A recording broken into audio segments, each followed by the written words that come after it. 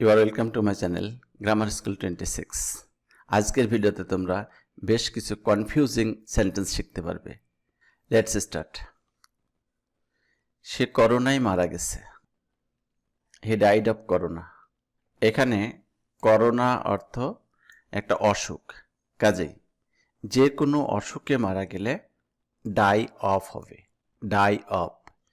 যেমন সে কলেরায় মারা গেছে, হি ডাইড অফ কলেরা। সে ডেঙ্গু জ্বরে মারা গেছে, he died of dengue fever. সে অতিরিক্ত খেয়ে মারা গেছে, he died from over eating. রোগে মারা গেলে ডাই অফ, আর অন্য কোনো কারণে মারা গেলে ডাই ফ্রম। সে আত্মহত্যা করে মারা গেছে, he died by suicide, he died by suicide. ইচ্ছাকৃতভাবে মারা গেলে ডাই বাই হবে, ডাই বাই। সে দেশের তরে মারা গেছে বা সে দেশের জন্য মারা গেছে, he died for the country. দেশের জন্য, ভাষার জন্য তখন হবে ডাই ফর। সে যুদ্ধে মারা গেছে, হি ডাইড ইন ব্যাটল। অনুরূপভাবে সে দুর্ঘটনায় মারা গেছে, he died in an accident. সে স্বাভাবিকভাবে মারা গেছে, স্বাভাবিকভাবে, he died in his bed, he died in his bed. স্বাভাবিকভাবে মারা গেলে ডাই ইন ওয়ানস বেড। যদি এখানে কোনো নাম আসতো, ধরো করিম স্বাভাবিকভাবে মারা গেছে, Karim died in his bed. Sabina স্বাভাবিকভাবে মারা গেছে, Sabina died in her bed, তখন এখানে হার হবে। সে সামাজিক কাজে আসক্ত, he is devoted to social work. সে ধূমপানে আসক্ত, he is addicted to smoking. দেখো দুই বাক্যে আসক্ত শব্দটা আছে, আসক্ত, আসক্ত। এইখানে বলা হচ্ছে সে সামাজিক কাজে আসক্ত, এইখানে সে ধূমপানে আসক্ত। এইটা ভালো কাজ, এইটা মন্দ কাজ। তাহলে ভালো কাজে যখন আসক্ত তখন আমরা লিখব ডিভোটেড টু, আর মন্দ কাজে আসক্ত অ্যাডিক্টেড টু। ভালো করে মনে রাখবা, ভালো কাজে আসক্ত ডিভোটেড টু, মন্দ কাজে আসক্ত অ্যাডিক্টেড টু।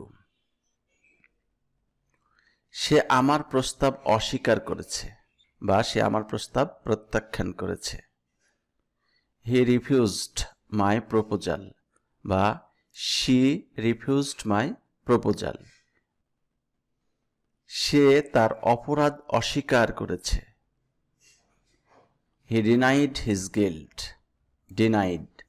সত্য কিছু অস্বীকার করার ক্ষেত্রে ডিনাই বসে, ডিনাই। আর কোনো প্রস্তাব, অনুরোধ এগুলি অস্বীকার করা বা প্রত্যাখ্যান করার সময় রিফিউজ ব্যবহৃত হয়, রিফিউজ।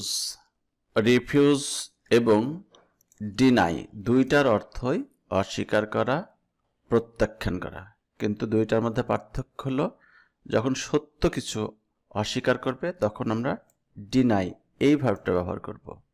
আসলে সে এখানে অপরাধ করেছে, অপরাধ করার পর সে অস্বীকার করছে, তাই এখানে ডিনাই। আর এখানে সে আমার প্রস্তাব, আমি প্রস্তাব করেছি সেটা সে প্রত্যাখ্যান করেছে বা অস্বীকার করেছে, তাই এখানে রিফিউজ ব্যবহার করা হয়েছে। মার্কনি রেডিও আবিষ্কার করেন, Marconi invented radio. Columbus America আবিষ্কার করেন, কলম্বাস ডিসকভার্ড আমেরিকা। এখানে দেখো আবিষ্কার করেন, এখানেও আবিষ্কার করেন।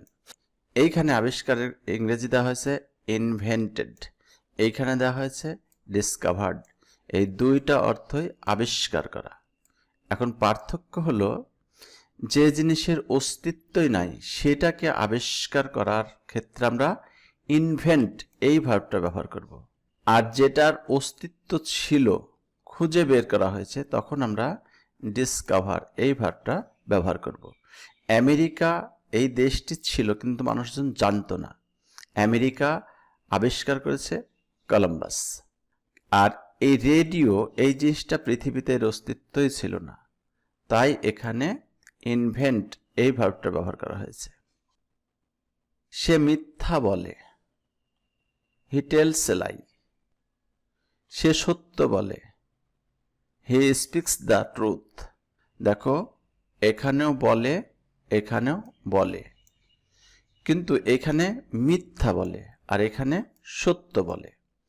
মিথ্যা বলার ইংরেজি হলো টেল এ লাই।